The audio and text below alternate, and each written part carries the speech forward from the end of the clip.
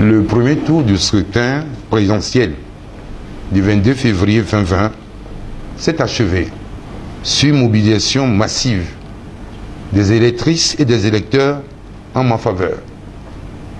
Agbo Mekodjo, candidat du MPDD, porté par la coalition de Monseigneur Philippe Okodjiro. Sur l'ensemble du territoire national, les électrices et les électeurs ont voté massivement en ma faveur.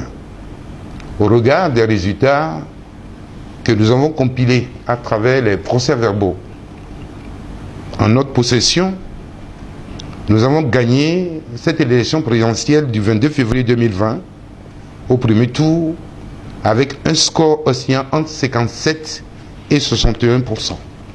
Dès l'instant, je deviens le président démocratiquement élu et je m'engage à former un gouvernement inclusif.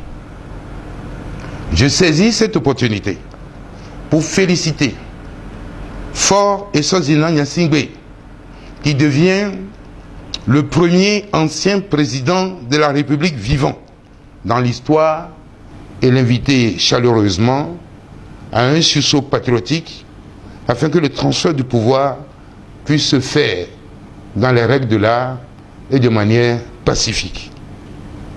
Il me plaît de remercier les forces de défense et de sécurité pour leur neutralité et leur impartialité.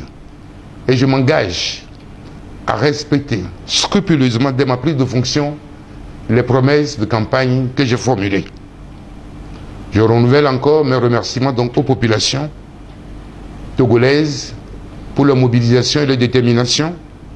Je remercie également la communauté internationale et sous-régionale. Je demande aux forces vives de la nation de s'approprier cette victoire historique et de la célébrer avant la proclamation officielle. Je lance un appel solennel à la communauté internationale afin qu'elle soutienne le peuple togolais dans sa lutte pour une alternance pacifique et apaisée au Togo. J'invite les forces de défense et de sécurité à demeurer et à conserver leur neutralité républicaine afin de ne céder à une quelconque instrumentalisation. Nous interpellons donc le président sortant à prendre la mesure de la gravité de la situation et à rentrer dans l'histoire en acceptant sa défaite. Fête à Lomé le 23 février 2020.